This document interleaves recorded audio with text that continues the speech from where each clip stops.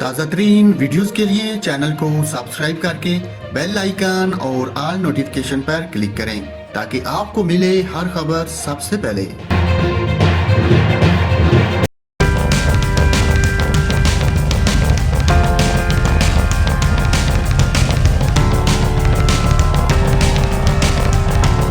ناظرین، بلوچستان میں بارشوں سے ہونے والے نقصانات سے متعلق نئی رپورٹ جاری کر دی گئی۔ رپورٹ کے مطابق گزشتہ 24 گھنٹوں میں بارش اور سیلاب سے مزید 15 افراد جان بحق ہو گئے۔ رپورٹ کے مطابق بلوچستان میں سیلاب اور بارشوں سے جان بحق افراد کی مجموعی تعداد 164 تک پہنچ گئی۔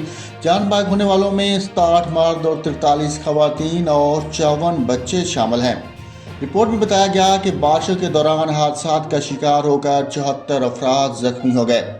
پی ڈی ایم اے کی رپورٹ کے مطابق بلوچستان میں مجموعی طور پر 13,975 مکانات کو نقصان پہنچا۔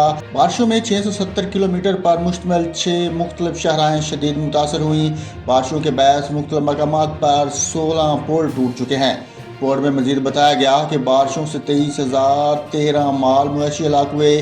پی ڈی ایم اے کی رپورٹ کے مطابق مجموعی طور پر 2 لاکھ ایکڑ زمین پر فصلوں کو نقصانات پہنچا۔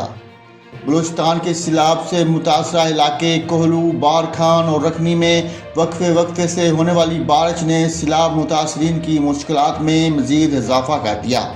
طوبہ چکزئی اور طوبہ کاکڑی کے بلائی علاقوں میں رابطہ سڑکیں شدید متاثر ہوئیں۔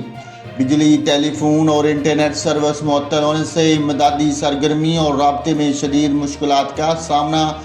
سوراب، دکی اور خزدار میں سیلاب متاثرین کے لیے امدادی سرگرمیاں جاری ہیں۔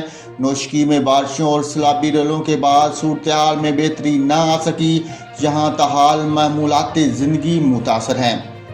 تفتان ریلوے سیکشن پر مال گاڑیوں کی آمد و رفت حال معطل ہے۔